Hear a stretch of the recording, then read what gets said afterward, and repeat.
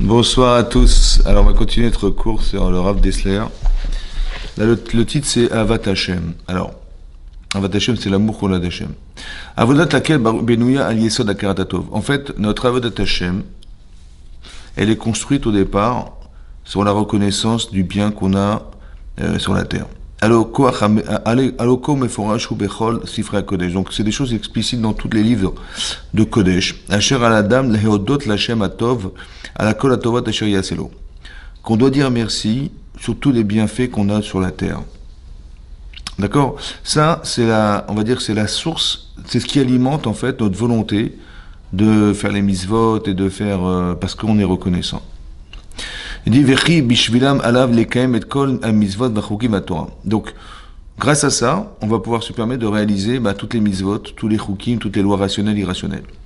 Gam yirmoz adavar ayesod azerishon lasirat advarim. En fait, il est marqué dans les 10 commandements. Le premier commandement, c'est quoi? Asher gilad Hashem aochul gilu gamur lechol ha'alam amamad ar Sinai. Anochi Hashem elokecha. Hashem dit, je suis ton Dieu. Asher otseticha me'eretz Misraim. Mi-bet avadim. Je t'ai fait sortir du pays d'Égypte d'une maison d'esclaves. Deux choses. Aré, chez Iskir, Asher otseticha me'eretz Misraim. La première chose, il dit, je sais pas si vous vous rendez compte de ce que c'était l'Égypte de l'époque. Ouais. On était impossible d'imaginer qu'on allait sortir d'Égypte. Impossible d'imaginer. Donc Hachem, il a mis les Bnei Israël dans une situation dans laquelle il n'y a aucune solution, a priori. Ouais, parce qu'il y avait de la sorcellerie, parce qu'il y avait une armée incroyable. C'était impensable d'imaginer qu'on se sortirait de là-bas. Mais Hachem, il a fait exprès, en fait, pourquoi? Pour que, à la proportionnelle de l'incapacité qu'on a de sortir, alors il nous libère. Et ça, il y a une reconnaissance infinie avec Hachem. Et donc, il s'est dit extrême. Après, il a dit, Betavadim, ouais, leur eret arigeshut atova azot. En fait, qu'est-ce que veut faire Hachem? Il veut nous faire ressentir quelque chose. Et souvent, le manque, oui, c'est un prétexte pour nous faire ressentir le bien. C'est-à-dire qu'Hachem, il fait exprès de nous enlever quelque chose, pour nous, en fait, nous faire lui demander ce qui nous manque, et lui faire demander ce qui nous manque, c'est ce qu'il va réaliser, et cette réalisation, elle va amener de la reconnaissance. Ça va? Ça veut dire qu'on voit que le premier commandement des 10 commandements, c'est « Je suis ton Dieu qui t'ai fait sortir d'Égypte ». Maintenant, on va essayer de réfléchir à cette phrase. Vous êtes Hachem. Ça va? Vous êtes Hachem. C'est vous qui avez créé le monde, l'univers. Ça va? Vous avez un projet derrière parce que vous avez envie que les Bnei Israël reçoivent la Torah. Mais bon, le monde ne pouvait pas subsister sans la Torah, c'est impossible. Alors, il nous a fait un chesed. Quel chesed? C'est que pendant 26 générations, entre la création du monde et le don de la Torah, il n'y avait pas de Torah. Donc le monde n'aurait jamais dû résister, il n'aurait pas pu résister. Alors, c'est pour ça qu'on répète 26 fois, avant Baruch She'amar Shabbat, qu'il est Olam Chazdo. Qu'il est Olam Chazdo, car à tout jamais, c'est son chesed, sa bonté qui a fait que le monde est monde. Ça va? Parce que le monde sans la Torah, il n'aurait pas pu exister. Donc on répète à chaque fois qu'il est Olam Chazo, qu'il est Olam Chazo 26 fois. Ouais, pour nous dire que c'est ces 26 générations, comme ça dit l'Akban en Psachim à la fin de la Maseret, pour expliquer que c'est du chesed gratuit. Donc c'était l'objectif. Donc maintenant qu'il a réalisé son projet, et il nous associe à son projet. Alors, si on était Hachem, qu'est-ce qu'on aurait dit? J'aurais dit, voilà, c'est moi le bon Dieu, je vous présente, voilà, je me présente, je suis le bon Dieu. Si vous voulez participer à mon projet, alors allez-y, vous êtes mes serviteurs. Il aurait dû dire, aujourd'hui, dorénavant, vous êtes mes serviteurs. Il n'a pas dit ça à Hachem. Il dit, je suis votre Dieu. Ça veut dire qu'il s'est mis à notre service. C'est énorme. Vous avez compris, c'est énorme. C'est énorme.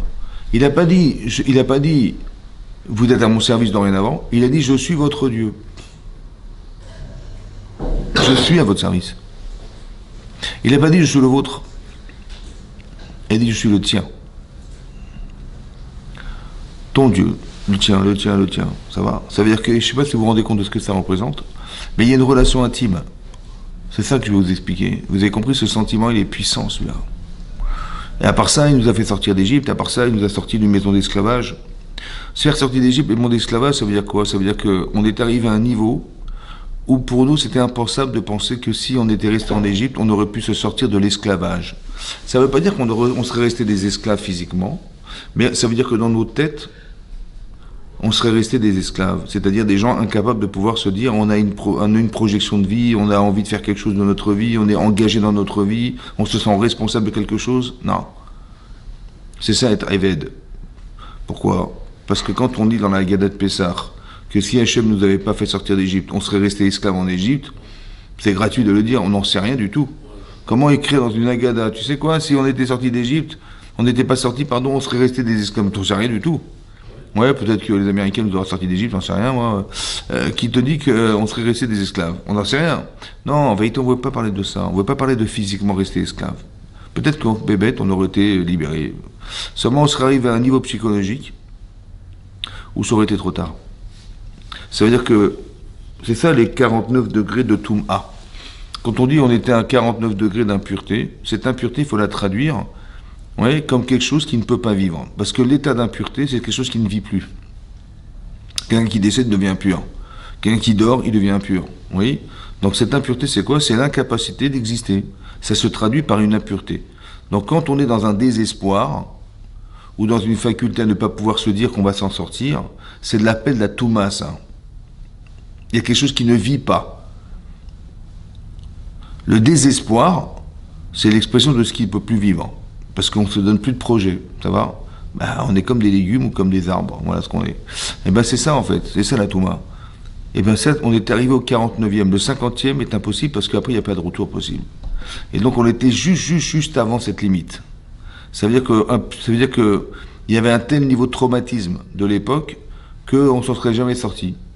Alors Hachem nous a sortis en vitesse. Mais je pense qu'il a fait exprès d'attendre la dernière minute. Parce que le sauvetage est à la proportionnelle du manque. Ça veut dire qu'en nous sortant d'Égypte, il a comblé 49 degrés de Touma. Vous comprenez ça? C'est comme si tu dis, waouh! Quand quelqu'un il est soulagé de voir il y a une solution, il se trouve une solution. Ah, tu vois, je m'y attendais pas, tu vois, le type il était au bord du ravin et on lui tend un bras et on le sort de là-bas, tu vois, c'est un peu ça. Et ça, ça amène de la reconnaissance. Et ça, c'est le moteur de la Avodat Hashem. De sentir reconnaissant. Il y a aussi une autre façon de servir Hashem, c'est d'avoir peur du châtiment. Ouais. On a peur que les choses qu'on a faites, elles nous reviennent en pleine figure. Ça va? Et quelqu'un dit, voilà, je vais faire les mitzvot, écoutez, je ne sais pas ce qui va m'arriver, j'ai trop peur de ce qui risque de m'arriver, la maladie, le je sais pas quoi. Alors il va faire des mitzvot par peur. Il dit ça, c'est le petit niveau qu'on peut avoir dans la vie, en se disant, voilà, on ne sait jamais, je préfère mettre médecine parce que je ne sais pas ce qui va m'arriver, je vais faire Shabbat parce que, oh là là, il va y arriver une catastrophe, ouais. Et donc c'est ça. Il dit, alors, il dit cette avoda-là, ce service-là, c'est le début, c'est comme des enfants qui ont peur, on va les châtier, ou je ne sais pas ce qui va leur arriver. Il dit, aval avodat alev, avoda sheshba minashlemut yerak mem argashat avoda. Il dit que la véritable avodat Hashem, c'est de se sentir reconnaissant. Oui, je veux donner de moi parce que je sais que j'ai reçu, je dois rendre ce que j'ai reçu. Maintenant, si on arrive à imaginer tout ce qu'on reçoit de façon permanente tous les jours, je ne sais pas si vous vous rendez compte, on vit dans un 5 étoiles ici, c'est-à-dire qu'on a tout pour nous, quoi. Tout, le monde a été fait bechorma. Ça veut dire qu'il y a une intelligence évidemment orchestrée par le fait que tout est adapté, acclimaté à l'être humain, quoi. Comme par hasard, vous avez compris ce que je veux dire? Il y a que je ne parle même pas de l'effervescence que ça représente. C'est énorme. Combien de fruits, combien de fleurs, combien d'animaux, combien de poissons, c'est énorme. Le monde aurait pu être noir et blanc, ça aurait dérangé personne. Vous avez compris? Et quand il y a des couleurs, il y a des fleurs, c'est magique, c'est extraordinaire. La température, le temps, le climat, les montagnes, la neige, tu vois, dans les Alpes, c'est magnifique. Tu vas dans les endroits dans le monde, c'est magnifique. Cette planète, elle est magnifique. Mais Hachem, il a fait ça pour nous faire plaisir. Alors, on peut s'y habituer en pensant que c'est normal, ou on pourrait quantifier chaque chose et se dire, waouh, 1, 2, 3, 1000, 2000, 10 000, 100 000. Toutes ces variantes, en vérité, c'est des cadeaux. Vous avez compris? Et maintenant, c'est trop, en fait, c'est trop. C'est trop. C'est-à-dire, on a trop, il y a des faveurs qui nous sont données et on ne se rend pas compte, on croit que c'est normal, mais rien n'est normal ici. Et donc, tout ça, ça a été pensé. Et donc, on se sent redevable. Vamou Chazal. Kol hakofer betovato shel chavero. Tout celui qui renie le bien que les gens nous font, les basov kofer betovato shel hakadosh baruch hu. En fait, si on ne reconnaît pas le bien que les gens nous font, un jour on va renier Hachem. Parce qu'on ne sait pas reconnaître. Oui. Par exemple, c'est marqué Rashi ramène que quand Hachem a demandé à Adam Arishon, mais pourquoi tu as mangé du Etz Hadaat? Il a osé dire, mais c'est la femme que tu m'as donnée. Un, c'est pas moi, c'est la femme. Deux, c'est celle que tu m'as donnée. Celle que tu m'as donnée. Au lieu de dire, merci Hachem de m'avoir proposé cette épouse, il a été kofer betovato chez Hachem. Maintenant, il a renié le fait d'avoir eu cette épouse. Il a dit, mais c'est pas moi, c'est elle. Si tu ne m'as pas donné, j'aurais jamais fauté. C'est elle qui a provoqué. Il n'a pas assumé. D'accord ? Il est dans le déni. Ce que je suis en train de vous expliquer, c'est la source de la faute. La source de la faute, c'est pas ce qu'il a dit, c'est ce qu'il est. Il est ingrat, il est, comment dire, il est pas reconnaissant, etc. C'est ça qui est la source de son discours. Alors, c'est ce qu'il a dit. Maintenant, 10 générations après, on a eu un homme qui s'appelle Noach. Ce Noach-là, il avait 3 enfants, 3 belles-filles. Les rescapés du déluge sont au nombre de 8 personnes. Ça veut dire, je ne sais pas si vous vous rendez compte, on est sur la planète Terre, tous les habitants de la planète ont disparu. Il est resté 8 personnes, 4 couples, dans une arche de Noé. Les enfants de ces enfants, ils ont eu des enfants. Ouais, ça veut dire que Noach, il avait des enfants, ils étaient 3, et bien ils ont eu des enfants. Eux, c'était les survivants. En fait, les enfants des survivants de l'arche de Noé. Ils se sont retrouvés dans une colline, une vallée qui s'appelait Shinar. Et ils ont décidé de se rebeller contre Hachem. Et ils ont fait une tour, ouais, et ils ont fait une ville, ils ont fait une tour, en espérant qu'il allait réussir à se passer du bon Dieu ici. Ça va? Et là-bas, c'est marqué dans la Torah, c'est marqué Vayered Hachem Lirot, Hachem est descendu voir, et Taïr, la ville, Vet Migdal, et la tour, Asher Banu Ben Adam, qui avait fabriqué les fils de l'homme. Voilà la traduction française. Ça va? Les fils de l'homme, c'est qui cet homme? Rashi dit que c'est Adam Arishon. Les fils de Adam Arishon. Pourquoi? Parce que Adam Arishon, quand on lui a demandé mais pourquoi tu as mangé de ces fruits, il a dit mais c'est pas moi, c'est la femme que tu m'as donnée. Il a manqué de reconnaissance du bien. Alors ça, hein, ça s'irrite. Ça veut dire que les enfants de Adam, etc., jusqu'à Noach et les enfants de Noach, en fait, il leur manquait quelque chose, la reconnaissance du bien. Et comme ils n'étaient pas reconnaissants, ils ne se sont pas sentis redevables de quoi que ce soit, alors ils ont été se rebeller. Tu vois qu'au départ, Adam Arishon, il a renié le bienfait qu'il avait une femme, et bien ces petits-enfants, là, on va dire 12 générations plus tard, ils ont renié de bon Dieu, ceux-là. Et c'est logique d'un côté, vous comprenez pourquoi? Parce que si tu n'as pas la qualité de reconnaissance, alors tu ne peux pas la reconnaître avec qui que ce soit, même avec Hachem. C'est ça qui est marqué. Que Bassof, il va renier à Kadosh Baruch Hu là. C'est pour ça que c'est très important d'apprendre aux gens à dire merci. C'est très important d'être reconnaissant du bien qu'on reçoit. Il faudrait apprendre à ne pas accepter ce qu'on nous donne et au contraire se sentir gêné de recevoir. Oui, il y a des gens qui ont plaisir à recevoir. Il y a des gens que ça les gêne de recevoir. Et donc quand il dit ok, tu m'as donné, je veux bien, mais il faut que je te rende. Hein, je peux pas. Vous avez compris, le fait de vouloir rendre, c'est déjà révélateur que ce sont des donneurs et pas des preneurs. C'est comme ça qu'on reconnaît les vraies personnes. Ça va? Et donc il dit comme ça. Que les basov kofer betovato shalajouchou. Ouais, vetamar azim bi'u nifla'a migdolei chochmei musar ou rabbeinu ze'ev mikelem. Alors comment il explique ça le Rav Mikelem? En adam itnaeg bechol ma'asav kifi korot nafsho.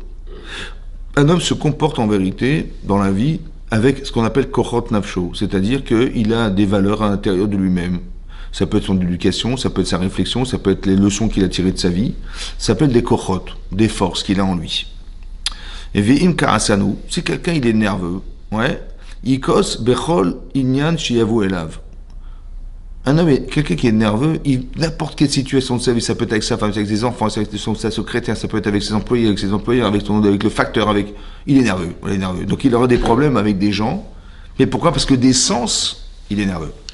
Ça va? Ve'in ga'ehu, it ga'e bechol makom shehu. Si c'est quelqu'un qui est orgueilleux, il va faire un don à la synagogue de 10 000 euros à Kippour, et après il va s'énerver parce qu'on n'a pas mis son nom sur la plaque. J'ai pas compris, mais j'ai donné 10 000 euros, il est où mon nom là, il va s'énerver, ça va? Mais ça c'est de l'orgueil, vous comprenez ou pas? Ou il va faire de la chenara, ou il va faire des machins, parce qu'il se prend pour je sais pas quoi, ou il va commencer à prendre, il va être genre avec, il va oser se dire devant tout le monde des choses, etc. Mais c'est le problème, c'est qu'il n'a pas travaillé sur lui, parce qu'il est orgueilleux.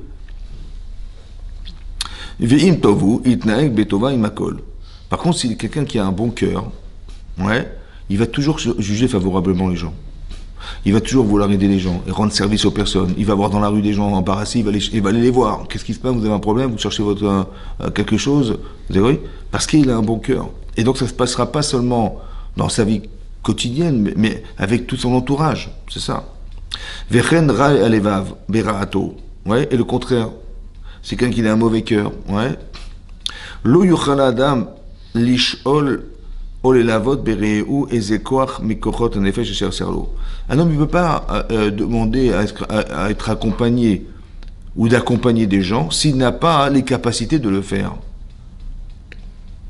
Parce qu'il lui manque quelque chose. Ça s'appelle koach nafsho. Ça veut dire qu'il y a des valeurs qu'on doit construire dans sa vie, elles soient bonnes ou mauvaises, et l'articulation de notre vie, elle dépend de ses forces. Ça va? Ou de ses faiblesses.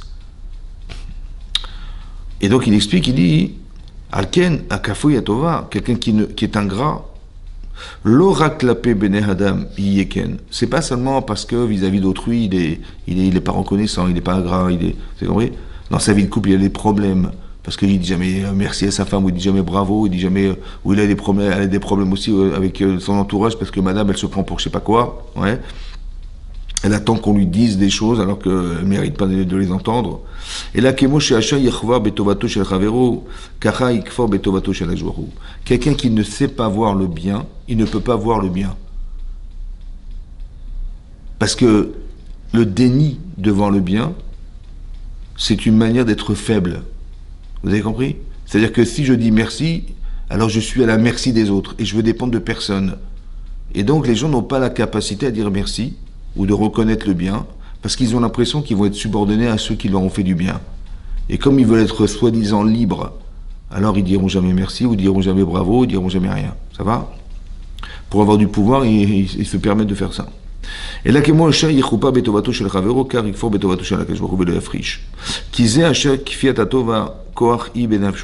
parce qu'en fait, il a construit ça dans sa tête et dans sa vie.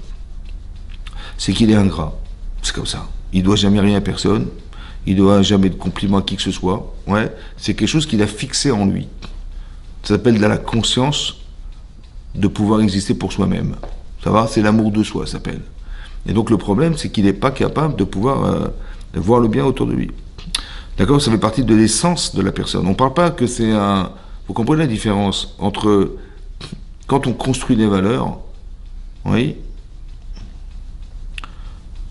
alors c'est pas qu'on est au courant de ce qu'on doit faire, c'est qu'on ressent profondément que c'est nécessaire.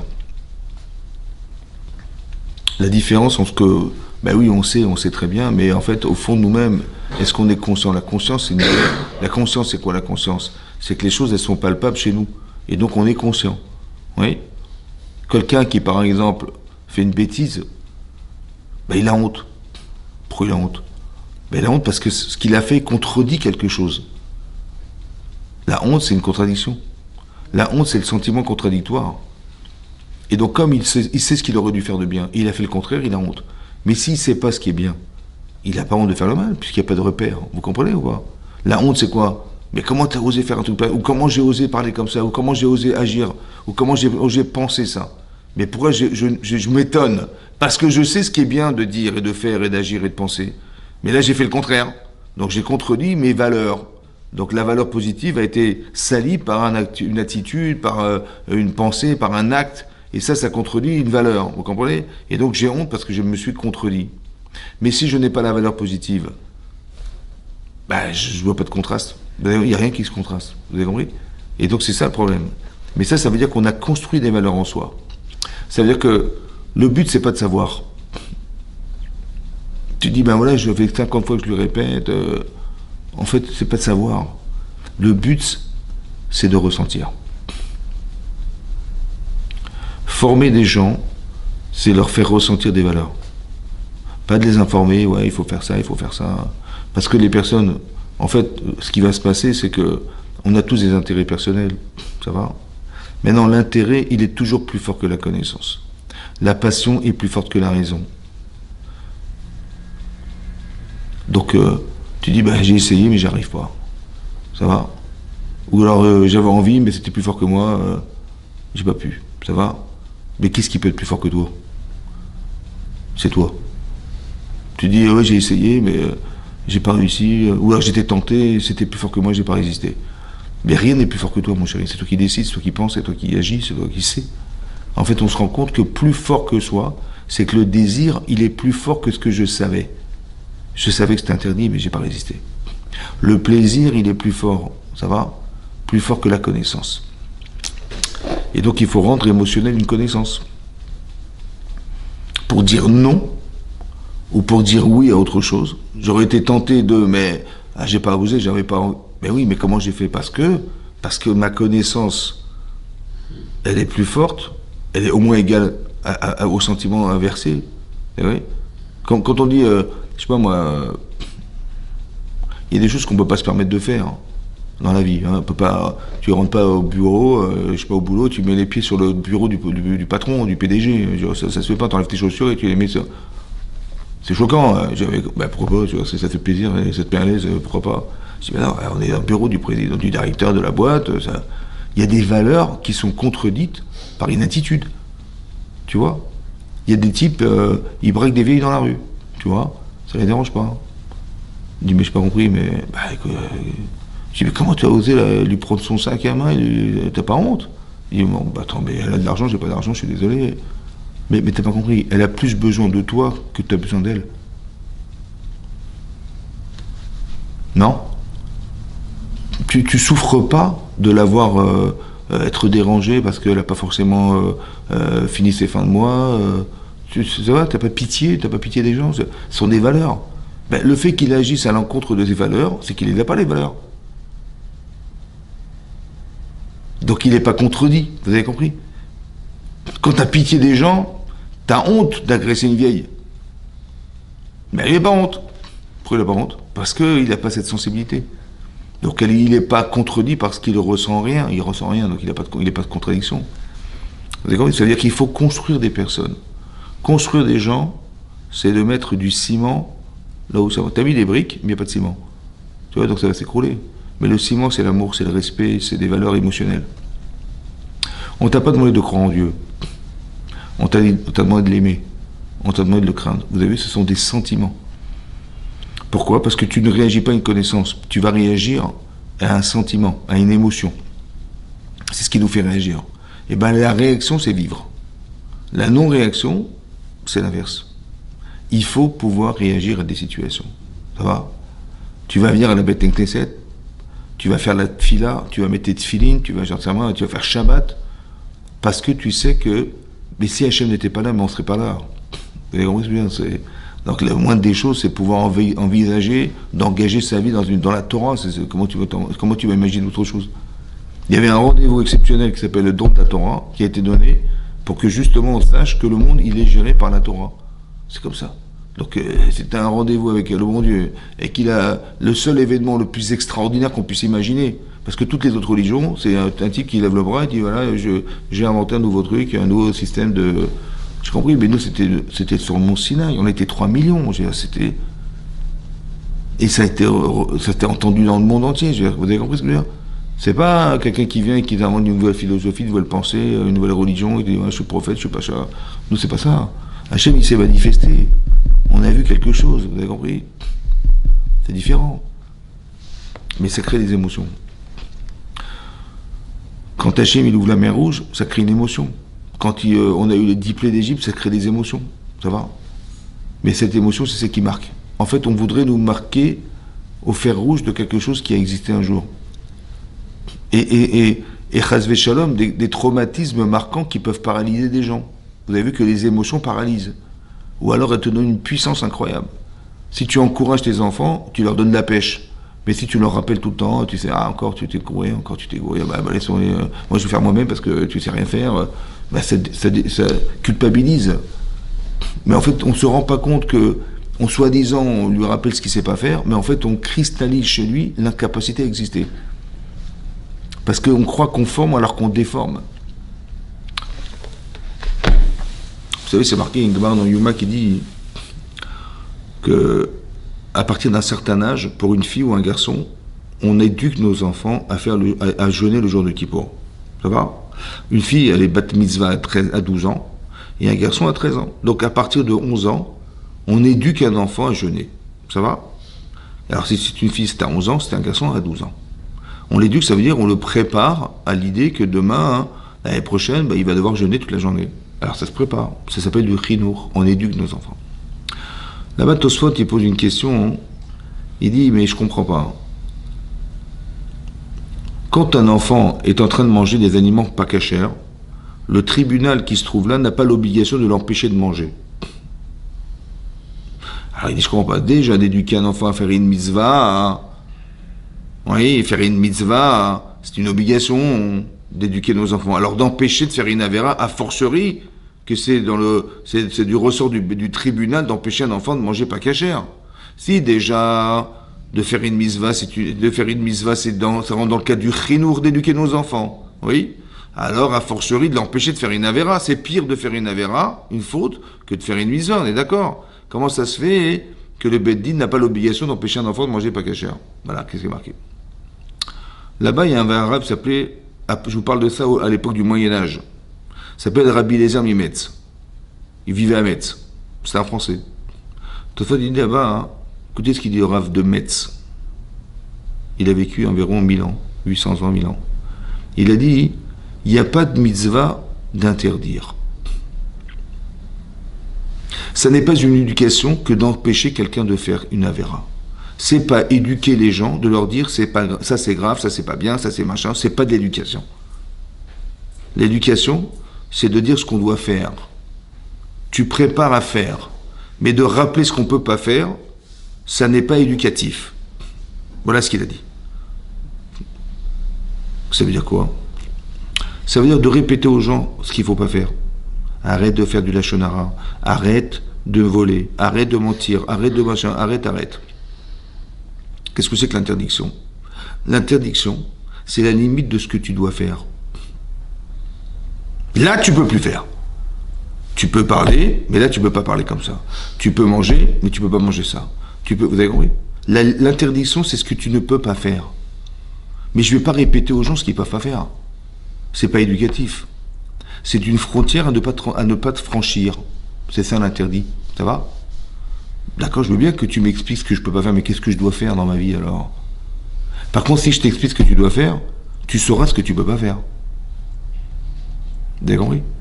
Si je te demande d'être honnête, tu vas avoir honte d'être malhonnête. Si je te demande d'être cachère, tu auras honte de ne pas l'être, etc. Vous avez compris? Donc il n'y a pas d'éducation à dire aux gens que c'est interdit. C'est pour ça que le Beit Din, il n'a pas l'obligation de dire à un enfant ne pas manger cachère. Parce que c'est pas du chinour. La question c'était sur le plan pédagogique et éducatif. Qu'est-ce que je dois dire? Je dis c'est pas du chinour de dire aux gens que c'est interdit. Tu dois l'empêcher de faire un jour, c'est sûr. Mais est-ce que c'est du chinour? Il y a des gens, et c'est les champions du monde de dire aux gens ce qu'il ne faut pas faire. Ça va? Ils s'étonnent que les gens ne sont pas construits parce qu'on ne leur a pas appris à faire, on leur a rappelé ce qu'il ne faut pas faire. Chazak ou Balour. Moi j'espérais autre chose, j'espérais que tu me dises ce que je dois faire dans ma vie, ça va? Et pas ce que je peux pas faire, et ce que je peux pas dire, et ce que je peux pas machin. Pour ça que les gens ils sont saoulés, parce qu'on leur apprend que des interdictions, où on leur répète ce qu'ils ne savent pas faire. Vous avez compris? Mais c'est pas du chinour, ça. C'est pas comme ça qu'on éduque les gens. D'accord? Éduquer, c'est d'éduquer, de former.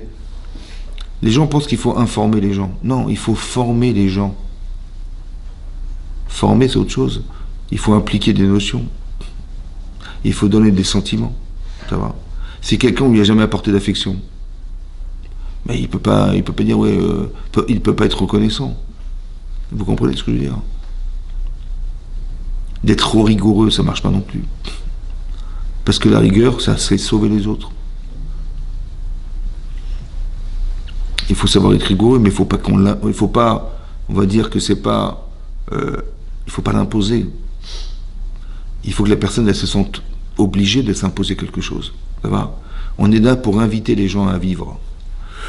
On n'est pas là pour les forcer à vivre. Vous comprenez? Par exemple, Avraham Avinu, il est passé par la terre d'Eretz Israël. Ça va? C'était la famine. Il n'y avait pas de quoi manger, il n'y avait pas de quoi boire. Bah, ils se sont dit, on ne peut pas rester là. Ils sont partis en Égypte.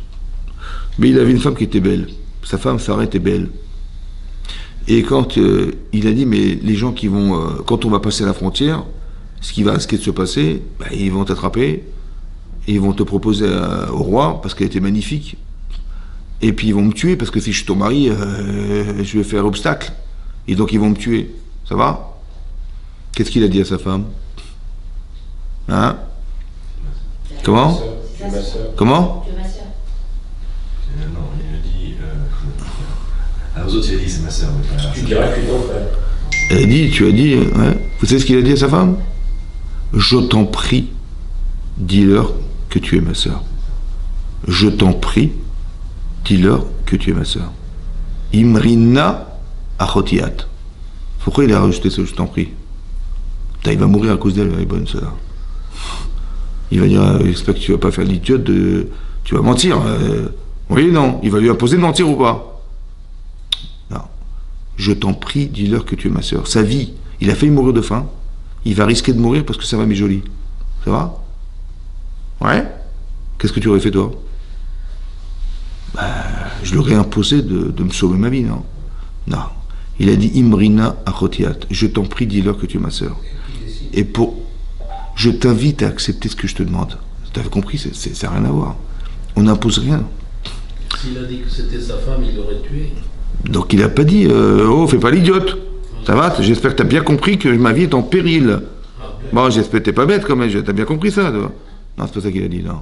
Il a dit, je t'en prie, dis-leur que tu es ma soeur. Il a dit, veitavli ba'avourer. Et grâce à toi, ils vont me faire du bien. Vechaïta nafshi beglaler.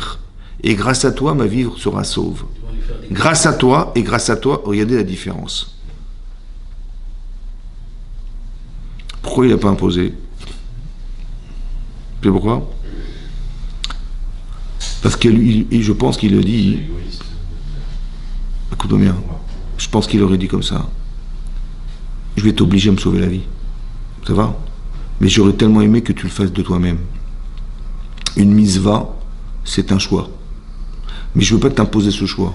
Je veux te gratifier de ce choix. Alors vas-y, fais-le pour moi. Tu as compris la différence? On n'oblige pas les gens à faire. Si elle a bien compris, elle va sauver son mari. J'ai pas besoin de lui répéter violemment. Par contre, je peux lui dire, je t'en prie. Ça veut dire, tu comprends que c'est Min Hashemaim ou pas? Hachem, il a fait ça pour que justement tu aies le srout de sauver ton mari. C'est différent que de dire, mais je t'impose de me sauver ma vie. Vous avez compris? Ici, il faut bien comprendre que c'est des valeurs qu'on a construites dans sa vie qui font que dans un cas extrême comme celui-là, on est capable de réagir positivement. Par exemple, il y a des situations dans la vie où on ne peut pas réfléchir. C'est trop brutal. Par exemple, on est devant la mer Rouge, ça va? Et je vois au loin là-bas, je vois l'armée égyptienne qui arrive. Et on est des esclaves sortis d'Égypte il y a une semaine. Ça va? Bon. Et puis tu les vois venir, et derrière toi tu as la mer, à droite à gauche tu as le désert. On est pris en étau, entre la mer, où tu vas aller dans la mer? Tu vas rentrer dans le désert. Tu vas te battre contre tes ennemis égyptiens. Tu pourras pas t'en sortir. Oui, non. Est-ce qu'on a le temps de réfléchir? Non. On a réagi instantanément. Pourquoi Hachem, il crée des situations de panique où on n'a pas le temps de réfléchir? Parce que c'est là où on est le meilleur. C'est-à-dire? Bien souvent, quand on est au pied du mur, on fait ce qu'il faut. On n'a pas le choix. Qui dit qu'on va faire ce qu'il faut? On n'en sait rien. Vous savez qui c'est la vraie personne? Confiance, il y a rien à- Qui c'est, qu'est-ce qu'est la vraie personne? La vraie personne que tu es, c'est quand tu peux pas réfléchir. T'as vu comment t'as réagi? T'as dit, ah, mais c'est quoi cette histoire? On va mourir. L'autre, il a crié vers Hachem. Ouais. En vérité, ta vraie personne, c'est quand t'as pas le temps de réfléchir. Parce que la réaction que t'as eue, c'est toi. Il n'y a personne d'autre que toi. Ça va? Si je te dis, bah, tiens, vous auriez fait quoi, vous? Ah bon, moi, j'aurais pris Hachem, j'aurais fait. Ah bon, t'es sûr? On sait rien, en fait. Vous avez compris, pas? Quand est-ce que tu vas te connaître fondamentalement? C'est quand tu n'auras pas le choix. Et quand tu vas devoir réagir instantanément. Tu vois comment tu réagis? Il y a des gens qui disent, oh, Rabbi Shimon Bar Yochai. Tu vois? Ça veut dire qu'elle avait cette femme, elle a construit sa vie avec Rabbi Shimon Bar Yochai. Tu vois? On dit, non, mais appelle les pompiers, appelle les pompiers. Oui. Ta réaction, en vérité, elle est relative à ce que tu as construit dans ta vie. Il y a des gens qui vont se sauver devant l'incendie. On dit, mais non, il va sauver la personne. Tu vois, le type, il est au milieu des flammes, il va sauter pour le sauver. L'autre dit, non, on se tire. Mais parce que vous avez compris que dans l'instant T où tu te vis, l'instant T, c'est là que la vraie personne se trouve. En fait, elle est seule face à elle-même. Le bon moment de panique, c'est un moment où il n'y a personne d'autre que toi. Et bien c'est là que tu vois. Ou par exemple, quand tu travailles, tu t'occupes, tu fais ces machins. Et quand tu n'as rien à faire, tu fais quoi? Tu n'as rien à faire. Qu'est-ce que tu fais? Ben, ce que tu vas décider, c'est ce que tu es. Ils vont dire, tiens, on va jouer à la Game Boy. L'autre il dit, tiens, on va faire un Teilim. L'autre il dit, tiens, on va aller voir des vieux dans les hospices. Tu comprends? Ça veut dire que la vraie personne, c'est celle qui vient réagir quand il n'a rien à faire. Ou bien quand elle n'a pas le choix. En urgence, c'est là qu'on reconnaît la vraie personne. Le reste, c'est du baratin. Tu peux te croire, te faire croire, et t'imaginer, te machin, vous avez compris? Mais Hachem, il crée des situations qui sont révélatrices. Donc là, c'est pour tester leur confiance. Non, c'est aussi pour dire que voilà, tout ce que j'ai fait, te rends compte, ça fait 1 an que j'envoie des plaies d'Égypte. Et tu viens, tu te plains. Ça veut dire qu'il y a quelque chose qui n'a pas été construit. J'aurais tellement aimé que tu pries. Et c'est pas ça que tu as fait. Tu as dit, ah, tu as vers Moshe Rabbeinu, mais qu'est-ce qu'on a été faire sortir d'Égypte? On va tous mourir. Tu comprends?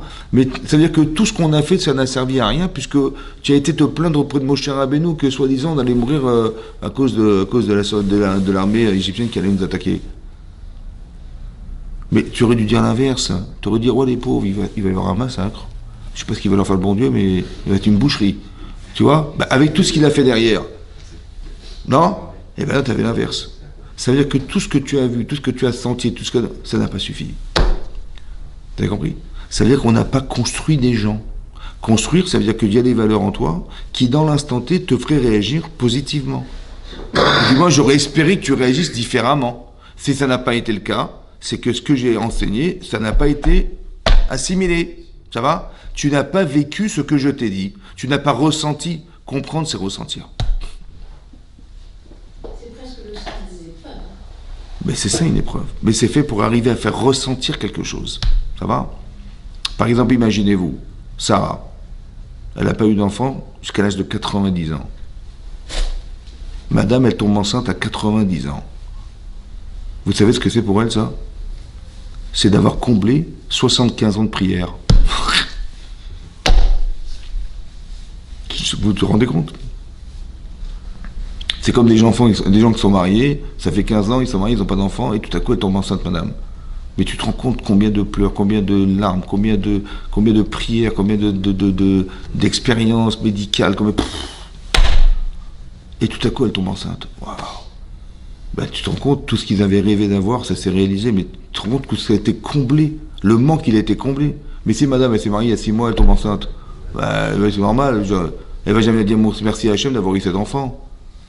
Ça veut dire que le manque crée la conscience.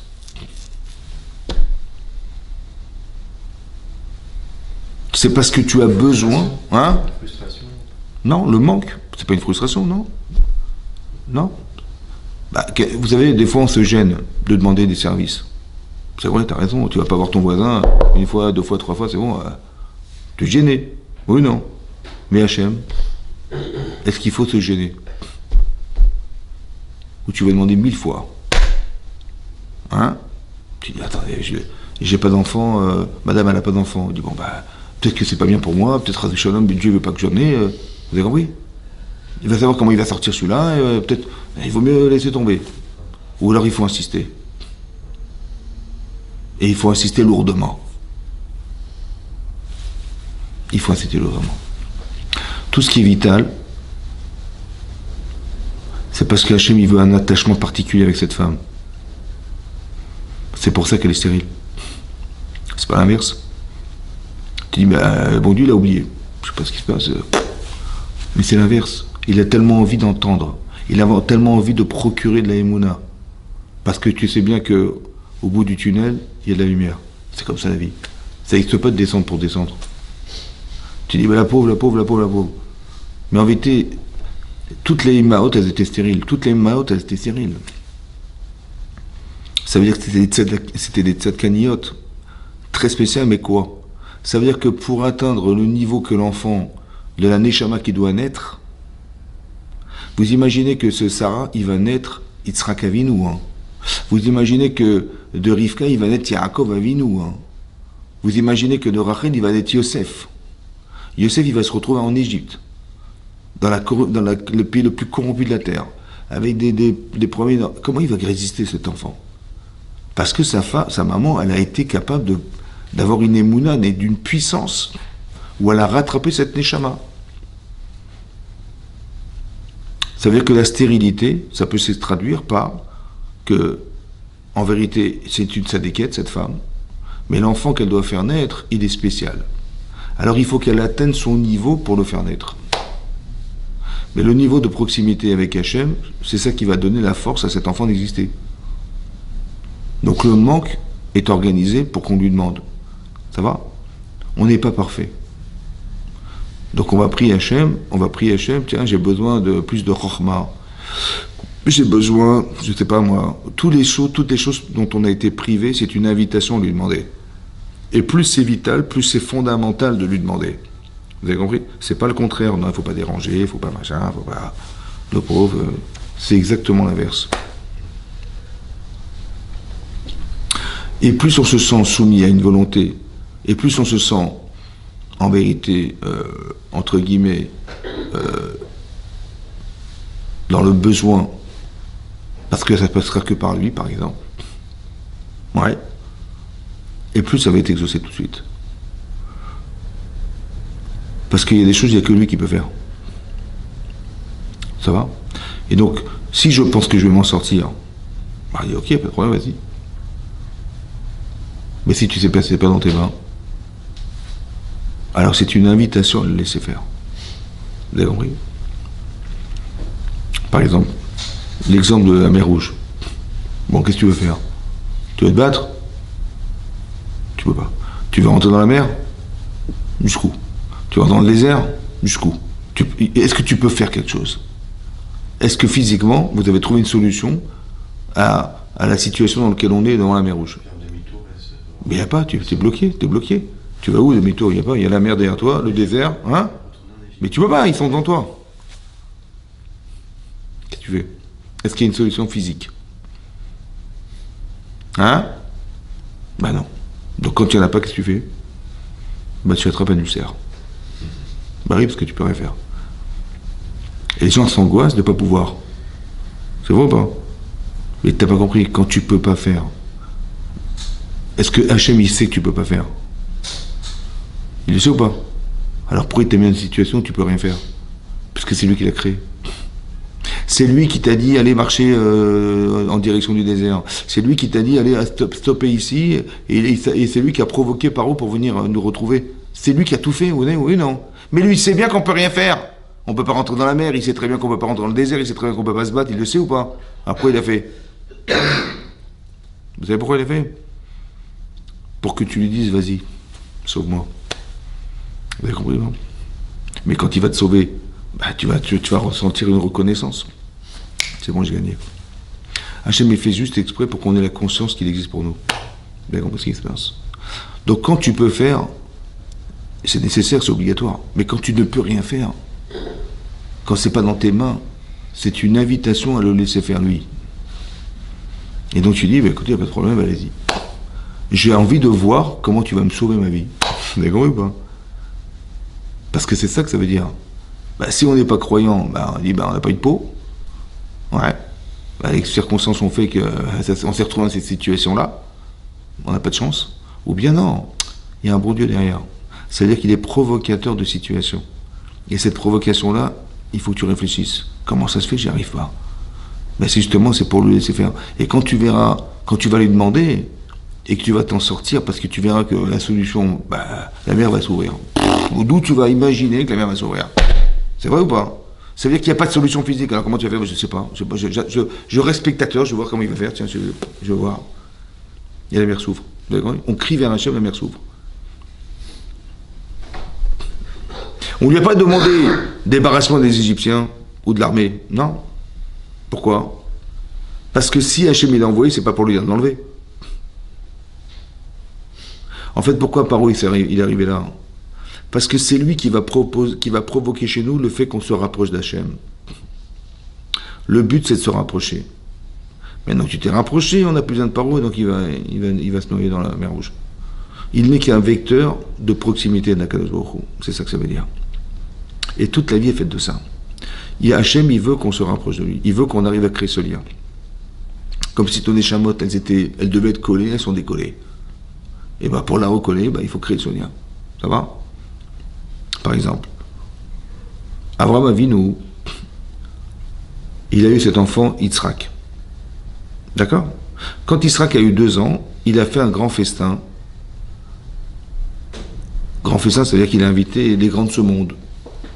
C'est ça, en ça qu'il est grand. Il a invité les grands de ce monde, il a invité le roi d'Égypte, le roi de Syrie, le roi des alentours. Et il leur a dit, vous voyez le petit garçon qui court là-bas? Ouais, mais c'est mon fils. Comment ça, c'est ton fils? Mais ta femme, elle a quel âge? 92 ans. Il a fait un kiddush Hachem. Il a montré qu'Hachem existe, malgré l'âge de sa femme et de son âge. C'est vrai. Mais là-bas, il n'a pas remercié Hachem personnellement. Il a fait un grand kiddush Hachem. Il a sanctifié Hachem en montrant que Hachem existe. Vous avez vu? Tu vois, tu demandes, tu as. Malgré que c'était impensable, c'est miraculeux que sa femme soit tombée enceinte à son âge. Mais Hachem, tu vois, tu demandes, Hachem il t'exauce. Mais il n'a pas remercié personnellement Hachem en approchant un sacrifice ou quoi que ce soit. 37 ans plus tard, 35 ans plus tard, Hachem demande à Abraham, prends ton fils et va le sacrifier en holocauste. Sous prétexte que quoi? Sous prétexte que comme il n'a pas remercié Hachem il y a 35 ans, alors c'est le moment de le remercier. Ça va? Dans quoi c'est remercier Hachem que de sacrifier son fils? Est-ce que vous vous rendez compte de ce qu'on lui demande humainement? On lui demande de sacrifier l'enfant qu'il arrivait d'avoir et de le brûler en holocauste sur un sacrifice. Ça va? Pourquoi? Parce qu'il a manqué d'amener un sacrifice un jour. Donc il va amener un autre sacrifice, son fils. Bon. Combien il vaut son fils? Combien il coûte son enfant? Cher. Combien il coûte le sacrifice? L'animal? Très cher. Hein? Très cher. Hachem, il sait que l'enfant, il coûte très cher? Ou dis-moi, il n'a pas de prix? Il le sait, Hachem, qu'il n'a pas de prix l'enfant chez Abraham? Il le sait ou pas? Oui, c'est. Très bien. Et il sait combien ça coûte un bélier? Il le sait ou pas, Hachem? Comment il a osé demander un enfant à la place du bélier? Mais ça n'a aucune commune mesure. Parce qu'il n'a pas reconnu avant, il veut qu'il reconnaisse maintenant. Mais comment c'est possible d'échanger un enfant contre un bélier? C'est impensable ce qu'il lui a demandé. Vous comprenez ou pas? Qu'est-ce que ça veut dire? Maintenant, si Hachem il a demandé l'enfant à la place du bélier, combien il valait le bélier pour Hachem? Beaucoup. Comment ça se fait qu'il vaut tellement? Tu dis merci pour Hachem, ça vaut des milliards. Ça n'a pas de prix. Ça n'a pas de prix. Comment ça se fait que ça n'a pas de prix? Hein?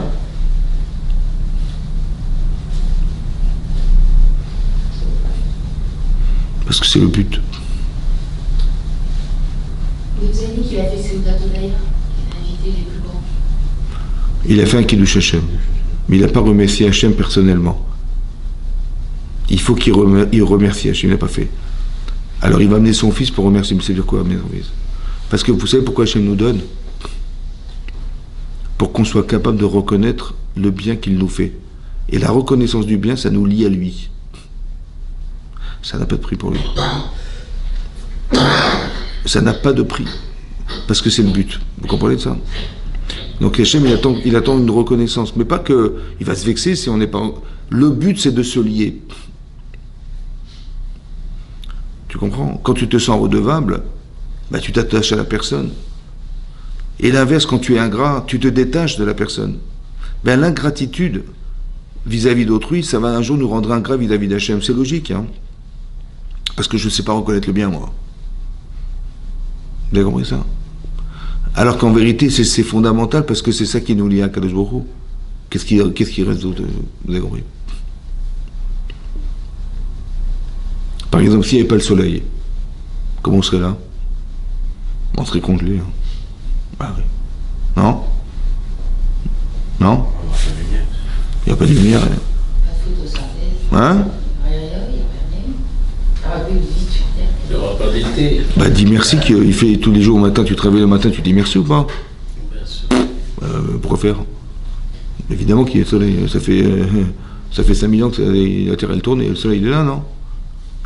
Mais vous avez compris, le problème c'est qu'on ne sait pas dire merci. Tu te réveilles le matin, bah dis merci Hachem, non? Parce que attends, ça fait 70 ans qu'on se réveille le matin, ça va? Demain matin aussi on va se réveiller. On fait une bonne année. Pourquoi faire? Pour remercier. Hein? Pour remercier. Et c'est normal qu'on se réveille le matin, non? Bah non. Modéani que quoi? Chez Chezartabi Nishmati, que tu m'as ramené ma neshama sur moi. Ben ça va, ça fait longtemps qu'elle revient, ma neshama. Pas... En fait, elle est partie, elle va pas forcément revenir. Ça va? Mais elle est revenue. Alors comment ça se réfléchit? C'est comme ça. Merci de m'avoir donné un jour de plus. C'est merci pour la Neshama ou pour le... Merci Hachem de m'avoir rendu ma neshama, ça veut dire tu m'as donné encore un jour. Quand tu réfléchis comme ça, hein, est-ce que tu vas faire n'importe quoi de ta journée? Parce que tu dis, j'ai eu encore un jour de vie. Parce que si j'avais pas l'occasion, parce que quand on va dans un cimetière, bon, on n'a pas le droit de sortir les tzitzit devant les tombes. Pourquoi? Faut pas que les âmes soient jalouses. Pas jalouse. L'oreille l'arrache. C'est pas jalouse, c'est on se moque d'elle. Parce qu'elle peut pas faire les mitzvot, les pauvres.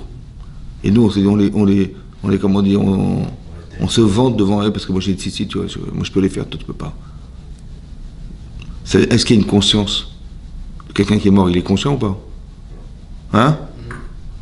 Bah, s'il n'est pas conscient, je peux mettre mes tzitzit et je peux danser devant lui, je peux chanter des... Est-ce qu'une personne, elle est morte, elle est consciente ou pas? Non. Oui ou non? Ça vous arrive de pèleriner les gens, vous? Bien sûr. Pourquoi faire? Il est mort. Hein? C'est les parents. C'est les rabbinim. Il y a l'âme. Il y a une conscience ou pas? Elle n'est pas toujours là. Hein? Elle n'est pas toujours présente. Il y a une conscience ou pas? Très bien. Il y a une conscience qu'il y a une conscience. C'est parce qu'elle est morte, la personne, qu'elle n'est pas consciente. Au sens humain du terme. Au sens Oui, mais elle n'est pas... C'est pas ça. Comment? Humain ou pas? Conscience au sens humain du terme, puisque nous ne sommes plus des êtres humains. Pardon? Conscience au sens spirituel. L'âme qui... Bah oui, j'ai compris, mais ça veut dire que cette conscience, elle est présente ou pas? Oui. Bien sûr qu'elle est présente. Bien sûr qu'elle est présente. Donc je me moque de lui quand je me balade avec mes tzitzit devant un mort. Ça va? Ça veut dire qu'il y a une conscience, évidemment qu'il y a une conscience. La différence entre la mort et le vivant, bah, c'est qu'il ne peut pas réagir, il ne peut pas vous parler, mais il est conscient ou pas? Bien sûr. Mais non, hein, il y a une halakha hein, que si quelqu'un n'a pas visité ses parents pendant 10 ans, ça va? Ça veut dire qu'il n'a pas été les voir au cimetière, les pèleriner pendant 10 ans. Il faut demander pardon devant la tombe. Parce que la personne, elle est vexée qu'on n'ait pas été la visiter pendant 10 ans. Si par exemple quelqu'un, il a eu un conflit avec quelqu'un, et il doit demander Mechila, et la personne est décédée, Il doit venir avec 10 personnes devant la tombe demander pardon. Mais il est mort le type qui se demandait pardon à qui? Parce que la personne est consciente. Hein. Il y a la conscience qui est présente. Ça va? Ce qu'on appelle le nefesh en hébreu. Nefesh. Il y a l'âme, il y a la neshama, il y a le gouffre, le corps, il y a le nefesh, la conscience humaine. C'est ce qu'on doit construire toute sa vie, c'est la conscience. Ben, la conscience, c'est la somme de tous nos choix. C'est celle qui en vérité vit. Ça va? C'est elle qui vit en fait. Maintenant, vous avez compris que quelqu'un qui décède, eh ben, il a cette conscience. On dit, mais Kaime Munato, l'ishene afar. L'ishene, ça veut dire ceux qui dorment dans la poussière. Les marquis qui dorment, pas parce qu'ils sont morts, ils dorment. Nous, on dort 8 heures, et ils dorment 2000 ans. Mais ça veut dire que les gens dorment, c'est un sommeil, ils sont en sommeil. Mais ils vont se réveiller ou pas? Mais bien sûr. Mais l'âme, elle est partie après chez quelqu'un d'autre. Est-ce que la conscience aussi, elle voyage? Oui, bien sûr, elle voyage. Il y a des gens qu'on a hypnotisés et ils parlaient des langues étrangères qu'ils n'ont jamais appris. Une fois, on l'a hypnotisée, elle parlait en allemand. Il y a un livre qui s'appelle le livre d'Anaël. Vous avez vu le livre d'Anaël? Un livre Anaël, ouais. Elle écrit, elle avait 8 ans, hein. Elle écrit qu'elle était en fait la mère de sa mère, qui était elle sa fille pendant la Shoah. En français, c'est comme ça. Elle, c'était l'enfant d'une femme.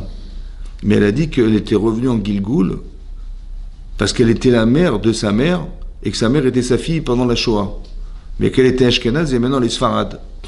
Mais l'âme de sa mère, c'était celle de sa fille quand elle était pendant la Shoah. Et elle était la mère. Et là, on a inversé. Donc, quand tu parlais de Gilgoulim, ouais, c'est qu'en vérité, la conscience, elle est présente puisqu'on est les héritiers.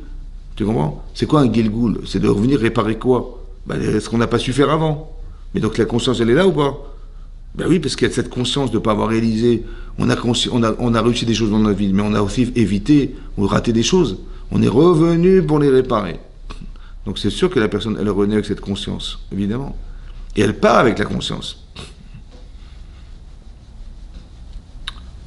Vous avez compris ça?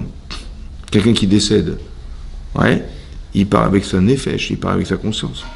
Comme ça, dit l'Agba dans Chagiga, oui, que quelqu'un qui décède, un tzaddik qui part, il n'a pas de retenue sur la terre. L'Agba, elle compare ça en disant, c'est comme tu veux retirer un cheveu dans un bol de lait. Bon, il n'y a pas de retenue. Tu enlèves. Par contre, le rachat, hein, il ressemble à une planche de bois qu'on aurait trouée. On a glissé une corde dans le trou et on a fait un nœud dans la corde. Mais le nœud, il est plus gros que le trou. Et donc, tu arrives au moment où tu tires la corde et à un moment donné, elle est bloquée à cause du nœud. Ouais, parce que le nœud est plus gros que le trou. C'est à ça qui ressemble le rachat dans ce monde, quand il meurt. Maintenant, la neshama, c'est la corde. La planche, c'est la terre. Et c'est quoi le nœud? C'est quoi le nœud? C'est le péché. Hein? Le gouffre, c'est La conscience, Razak Obaruch. C'est-à-dire qu'il n'a rien à faire ailleurs. Toute sa vie, il va la passer sur terre, lui. Quoi que ça va durer 10 000 ans. Oui, il est bloqué. Il est bloqué. Mais ça, c'est la conscience, ça. Ça veut dire qu'on meurt avec. Vous avez compris ça? C'est-à-dire que tout ce que tu as construit dans ta vie, c'est avec ça que tu pars. C'est pour ça que le Gehinam, l'enfer, c'est quoi l'enfer? C'est te retrouver dans un monde émet, alors qu'on n'est pas adapté au émet. Et là, on se retrouve là, on dit, mais qu'est-ce qu'on fout là, nous? Ça va? C'est l'enfer, ça. L'enfer, c'est pas que ça brûle. Hein. L'enfer, c'est qu'on est brûlé par la situation de émet. Et on s'est dit, mais attends, mais c'est pas ce que j'ai construit dans ma vie, là. Toutes ces valeurs-là que je vois, mais c'est pas moi. Et le type, soit le type, il dit, mais c'est quoi ces religieux, c'est quoi ces trucs, c'est quoi cette Torah, c'est quoi ça? Ou alors il va se dire, mais purée, il a honte, parce qu'il dit, j'ai raté ma vie, j'ai raté des choses, et il regrette. Vous avez compris? Ça veut dire qu'il est dans un monde de vérité, il n'y a plus de Yetzirah, il n'y a plus rien. Et là, il va voir, on va lui montrer ses actes, il va sentir le contraste qui existe entre ce qu'il a fait, de ce qu'il aurait dû faire. Mais non, c'est un sentiment éternel. Par exemple, quelqu'un qui a raté l'avion, il a les boules, ça va? Il a raté l'avion. Donc il arrive à l'aéroport et on lui apprend que l'avion est parti. Il faut acheter un billet, comment je vais faire, et machin. Donc c'est un sentiment, bon, bah, tu vas acheter un billet, ça va, dans 3 heures, tu repars, ça va. Mais bon, t'as les boules quand même, t'as raté l'avion quand même. Mais là, t'as raté l'avion, là. Et ça, t'as raté l'éternité, là. C'est autre chose, hein. Vous avez compris ? C'est ça le Guénam.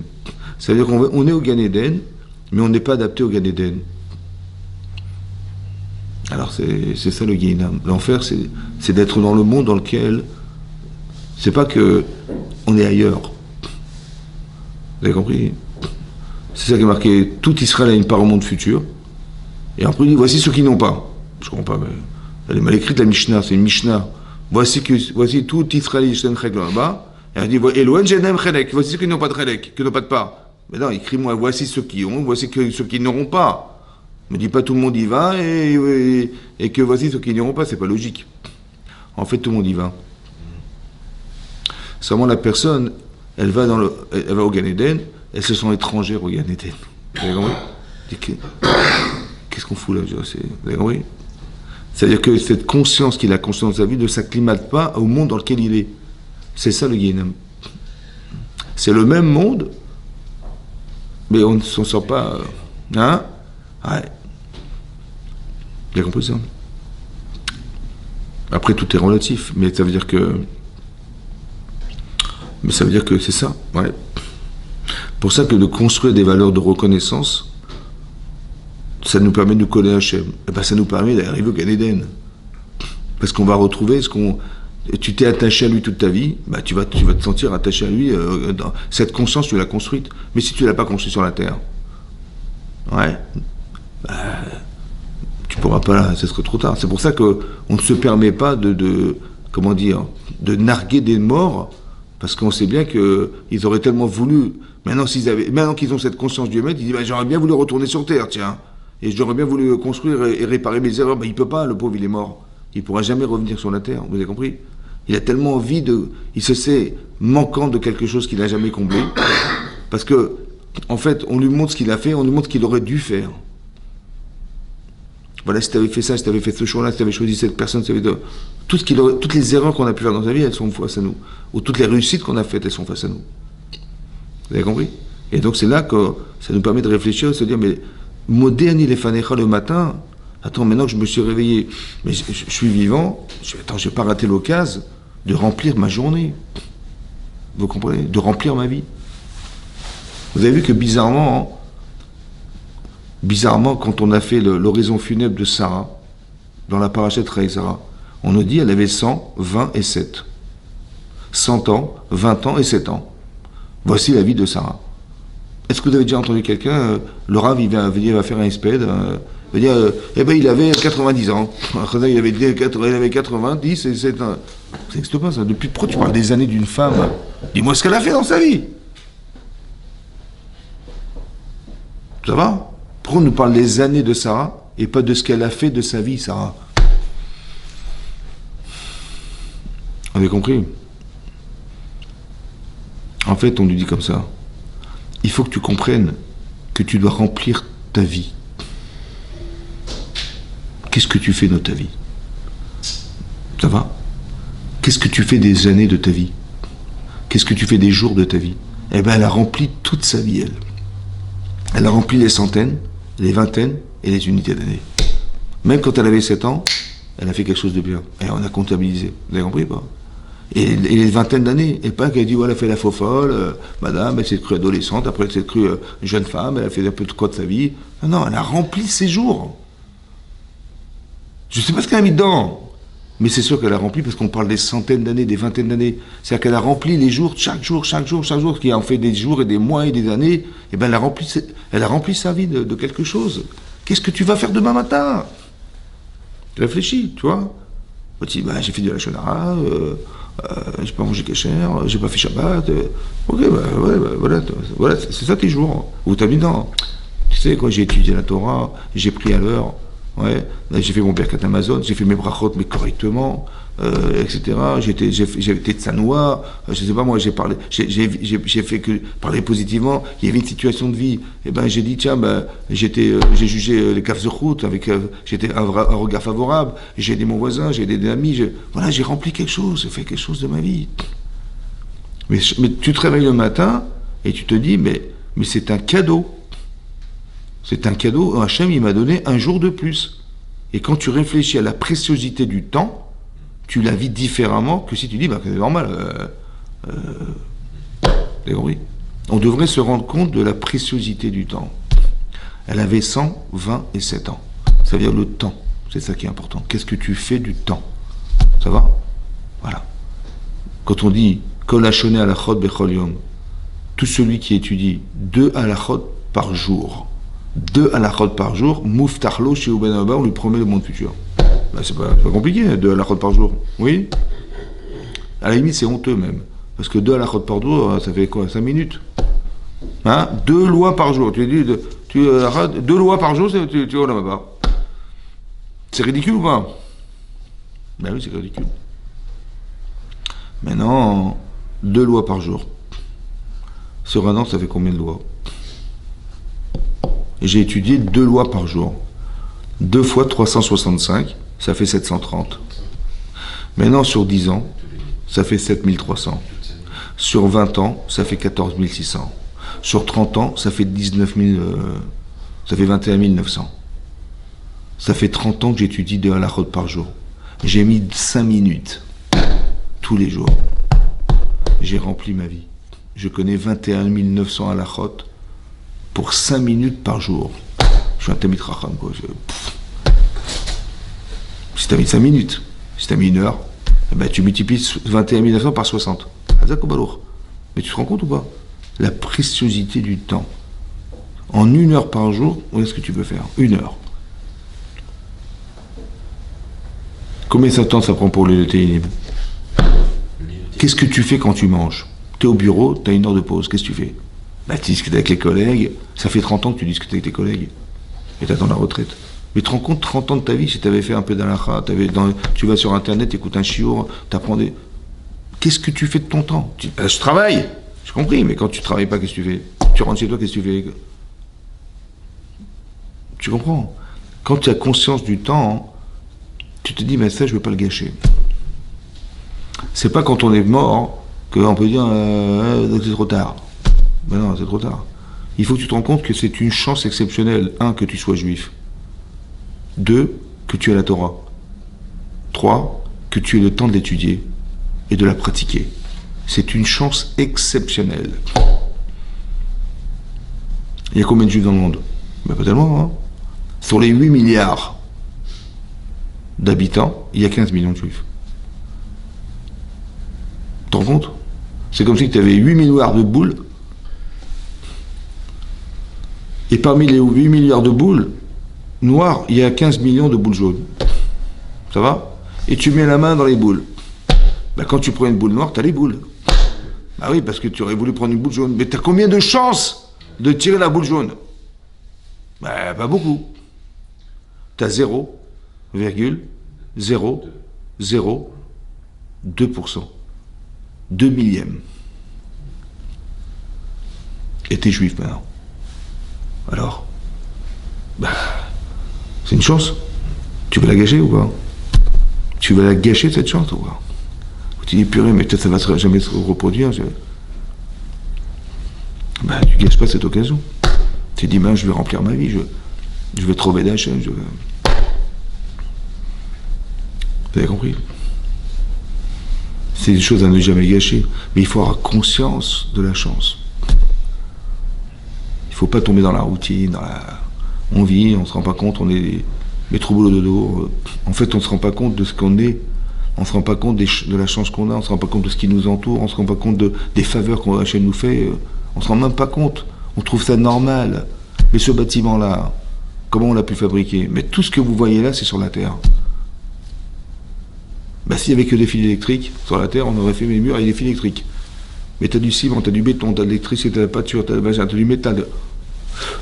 Je sais pas si vous vous rendez compte de combien il y a de voitures en France. Mais combien il faut de métal ? Combien de bâtiments, t'as des tours, des machins, combien de béton il faut ? Vous avez, il fait bon là, non ? Bah oui, parce qu'il y a du chauffage, des machins. Mais tout a été fait pour que, vous avez compris que c'était pensé pour que ça soit adapté à l'être humain. Vous avez compris que c'est adapté à l'être humain. Imagine tes yeux, ils sont sous tes bras. Toute la journée, ah non, j'ai des crampes, attends, je te vois pas, tu peux... Mais tu te rends compte, ils sont juste là, quoi. Ton nez, il est là, tes oreilles sont là. Il y a une chorma dans la fabrication des oreilles. Tu te rends compte de ce que c'est qu'un œil, quelle puissance intellectuelle que c'est ça de faire un œil. Ton cerveau, de la viande, c'est de la viande. De la viande qui pense. Tu as de l'énergie dans ton corps. Combien de kilomètres de veines on a dans le corps? Combien de muscles on a dans les chevilles? S'il en manque trop, c'est pas plus marcher. Ben, c'est le hasard. Le hasard qui a fait que... Hein? Ça t'est réfléchi ou pas? Combien de trous dans la peau? Des petits trous. Le trou, si t'as pas de trous, tu meurs. Mais qui c'est qui a fait les trous? Les pores de la peau, ils sont troués dans la peau, troués, tu sues. Mais si la sueur revenait dans ton corps, on ne pourrait pas vivre. Vous avez compris ou pas? Nous, les hommes, on a une barbe. Oui, non? Oui. Pourquoi? Les femmes, elles n'ont pas de barbe. Hein? Ça dépend. Hein? Et si tu avais une femme à barbe, tu aurais dit, bah, c'est normal, les femmes, elles ont une barbe. Ah oui, on a une barbe, nous, on pourrait avoir une barbe. Mais vous n'avez pas remarqué que la barbe, qu'est-ce qu'elle cache? Le visage. Quelle partie du visage? Hein? On peut couper sa tête en deux. Tu as une partie cérébrale, celle qui voit, celle qui respire, et en dessous, celle qui mange. Ta mâchoire, elle est animale. Ça, c'est cérébral. La neshama, elle se trouve essentiellement dans le cerveau. C'est pour ça qu'on met cette filine sur la tête et sur le bras. C'est pour agir et pour penser. Parce que dans la halakha, c'est marqué, Shulchan Aruch, il dit que le kissé de la neshama, le siège dans lequel elle repose, c'est dans le cerveau, le moach. Alors il faut que ce soit découvert. Ça, il vaut mieux que tu caches. C'est pas essentiel. Ben, il faut manger, d'accord, mais c'est pour ça que la barbe, elle cache la mâchoire. Juste la mâchoire, vous avez vu comment c'est fait? Juste la mâchoire. Après le reste, tu as besoin, tu as besoin de respirer, la neshama, elle est rentrée par le nez ou pas?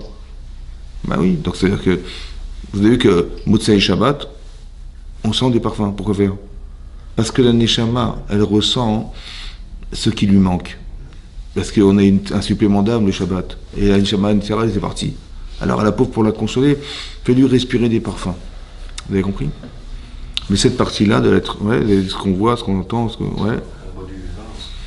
oui, mais ça nous réjouit, parce qu'on a besoin de se réjouir. Ça se fête.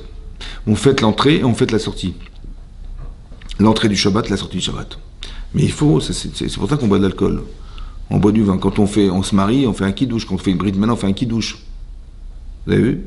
Quand on fait un pidyon il y a un kidouche. Quand on rentre dans le Shabbat et on sort avec un kidouche. Les deux. Parce qu'on est Mekadesh en étant réjoui de savoir que Hachem nous a accompagnés jusque-là. Ça se fête. On fête le Shabbat. La Keila, ça se fête. C'est-à-dire, tu manges un plat spécial, une bourra d'abhut, mais parce que tu es content tu fêtes en fait la création du monde. Tu fêtes la finalité de la création du monde, c'est ça Shabbat. Ça se fête. Tu t'habilles bien, tu prends des vêtements spéciaux, les Kadesh à Shabbat, sanctifié, c'est différencier ce jour. Tu t'habilles différemment, tu manges différemment, ta table est différente, tout est différent. Vous avez compris? Mais pourquoi faire? Pour marquer la différence. Ce jour, il est spécial. Ça va? C'est le jour où Hachem, il a finalisé le monde. Pour toi. Pour toi, il a fait. Vous savez? Vous avez vu que personne ne se ressemble? Non? C'est bizarre. Comme si qu'on était seul dans la différence et que tout l'univers n'avait été créé que pour nous. C'est énorme, hein? Que pour nous. C'est dur, hein, c'est osé de le dire quand même. Mais c'est ce que les Khamim disent. En vérité, tout ça, ça a été créé pour nous. Nous seuls. Ça veut dire que si on était seuls sur la Terre, ça valait le coup de créer la planète et l'univers. C'est incroyable, hein? Maintenant, si tu regardes physiquement, tu mets un type sur la planète Terre dans l'univers. Physiquement, c'est nul. Et si tu regardes sa neshama, le monde, il est trop petit. Si tu vois le corps humain, le monde, l'univers est trop grand. Mais si tu vois la Neshama qui dépasse l'être humain, parce que notre Neshama, elle nous dépasse, hein, d'accord? Eh bien, le monde, il est trop petit parce qu'il est infini. C'est trop étroit. Ça veut dire que Hachem, il a créé ce monde, pas pour nous dire, regarde-toi physiquement, mais regarde-toi spirituellement. Ça va? Essaie de considérer que tu es spirituellement énorme. Et si tu l'es, alors l'autre aussi. Et quand tu dénigres l'autre, quand tu négliges l'autre, ou quand tu envies l'autre, quand tu haïs l'autre, ou quand tu as de la rancune vis-à-vis de l'autre, sache que tu as une rancune vis-à-vis de l'expérience, de la grandeur d'âme de la personne. Mais si tu te permets de négliger l'autre, c'est que tu ne vaux rien non plus alors. Parce que si tu pensais que tu vaux quelque chose, tu aurais honte de négliger l'autre. Ça va? Parce que tu vois physique, mais ne regarde pas physique. Derrière cette personne, il y a une âme. C'est pour ça qu'Hachem il a dit à Caïn, quand il a tué Caïn, il a dit Dme achichat soakim elai, les sangs de ton frère au pluriel crient vers moi. Je commence à les sangs, mais attendez, je suis désolé, j'en ai tué qu'un. Non, il y a des millions de personnes derrière qui auraient voulu vivre, mais qui ne peuvent plus vivre parce que tu l'as tué. Ça veut dire que si tu avais surdimensionné ton frère, tu l'aurais jamais tué. Il y a tellement d'innocents derrière qui n'ont rien fait, qui t'ont rien demandé. Ça va, vous avez compris ça? Ça veut dire qu'on devrait avoir une dimension différente de l'être. Et ça nous retient. Quand il y a des valeurs qui sont construites dans ta vie, parce que tu vois la grandeur d'âme de la personne, bah, tu te refuses à dire n'importe quoi. Tu as compris? Vous savez pourquoi on fait du lachonara? Pourquoi on fait pourquoi on se moque des gens, pourquoi on essaie de les voler? Parce qu'on n'a pas d'estime de soi. Mais si tu t'aimais, c'est-à-dire que tu représentes quelque chose que tu aimes chez toi, eh ben je pense que tu serais capable de le voir chez les autres. Et si tu es capable de le voir chez les autres, tu aurais honte de négliger ce que tu adules. Vous avez compris? Si tu penses que tu vaux quelque chose, eh ben c'est que l'autre aussi il a une valeur, non? Non? Ben donc tu devrais, au lieu de dire regarde ce pauvre type, tu devrais dire mais ça on a du mal, parce qu'on ne sait pas le faire sur soi-même. Alors on a du mal à chercher chez l'autre. Qu'est-ce qui valorise ta personne? Comme tu ne sais pas le trouver chez toi, bah tu ne vas pas le trouver chez les gens non plus, hein. Donc la personne qui dit du mal des autres, c'est qu'elle n'a pas su trouver le bien. Mais c'est parce qu'elle ne sait pas le chercher chez elle-même qu'elle n'a pas trouvé chez l'autre. C'est pour ça qu'elle se permet de se moquer. Tu dis, j'ai compris, les hommes, mais il a rien de bien ce type-là, ou il a rien de bien cette fille-là. Non, tu peux pas trouver quelque chose de bien. Ah non, j'arrive pas. C'est malheureux, hein. Il faut avoir une estime de soi. C'est pas de l'orgueil, hein. C'est de la reconnaissance. Il faut être capable de trouver chez nous quelque chose qui valorise notre personne. Et si tu sais le faire, alors tu vas le trouver chez les autres. C'est comme ça. Vous avez compris? Il dit comme ça, que quand on va être reconnaissant du bien, Alken Tegadel Madrigat Ahavat Hashem Barach, c'est comme ça qu'on va l'aimer. Ouais, Asher Techabel Leknota, Ve'im Ma'itu Me'od, Asher Yikaimu Et HaMizvot Rishonot Bikret Shema. C'est marqué Ve'afta Et Hashem Elokecha. Tu vas aimer Hashem Bechol Levavecha Ufrol Nafshecha Ufrol Modecha. C'est dur d'aimer. Comment tu vas aimer Hashem? Aimer Hashem. En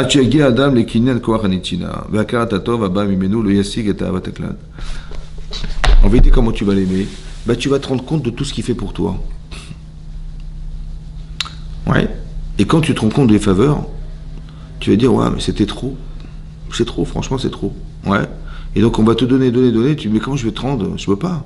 Tu dis, mais tellement tu es généreux, si tu devais réfléchir à tous les bénéfices et d'additionner tout ça, bah, tu dirais, mais c'est trop, franchement, c'est trop. Ouais. Mais tu dis, mais tellement il nous aime, Hachem, tellement il nous donne, et ben ça donne envie de l'aimer. Ça va?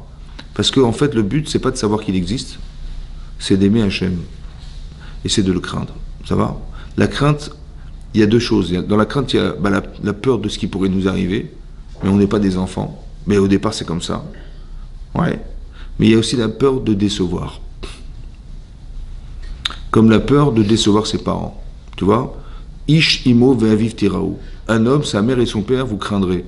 La crainte, là-bas des parents, je pense que la crainte, ta mère, elle a 90 ans, t'as pas peur qu'elle va faire quoi que ce soit. Non.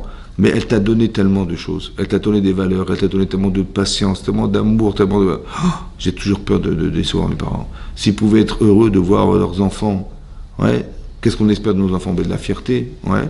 Ben, quand ils nous déçoivent, bah, on n'est pas fier d'eux. Et on n'est pas fier de ce qu'on a pu faire. Ça va? Donc la vraie mitzvah, c'est d'avoir peur de décevoir ses parents. La peur de mal agir vis-à-vis de ses parents. Tu vois? Tu sais qu'ils te manquent. Et tu sais que tu leur manques. Alors téléphone, alors fais quelque chose, vous avez compris? Faut pas décevoir. Parce que des gens qui ont... une femme qui a souffert pour donner naissance à son enfant, elle a fait un sacrifice. Déjà ça, déjà sois reconnaissant. Elle aurait pu dire non, mais ça me fait trop mal de tomber. Je veux pas envie de tomber enceinte ni encore pire d'accoucher. Ça va? Ben, elle a voulu faire ce sacrifice pour que ça existe. Hein. Alors dis merci. C'est une souffrance dans ton intérêt. Après les nuits, et après les machins, et après les nerfs, et après les... Tout ça, et l'argent investi, et tout ça, c'est... tes parents, ils auraient pu avoir un enfant, et pas plus, hein, ils en ont eu 2, 3. Dis merci, t'es le troisième, dis merci. Bah, tu vas pas décevoir tes parents, vous avez compris? Mais ça, c'est la karatatov. Il faut se sentir redevable. Ça fait partie des qualités humaines qu'on doit avoir et qui sont essentielles et obligatoires. Chazak ou Baruch, messieurs, dames.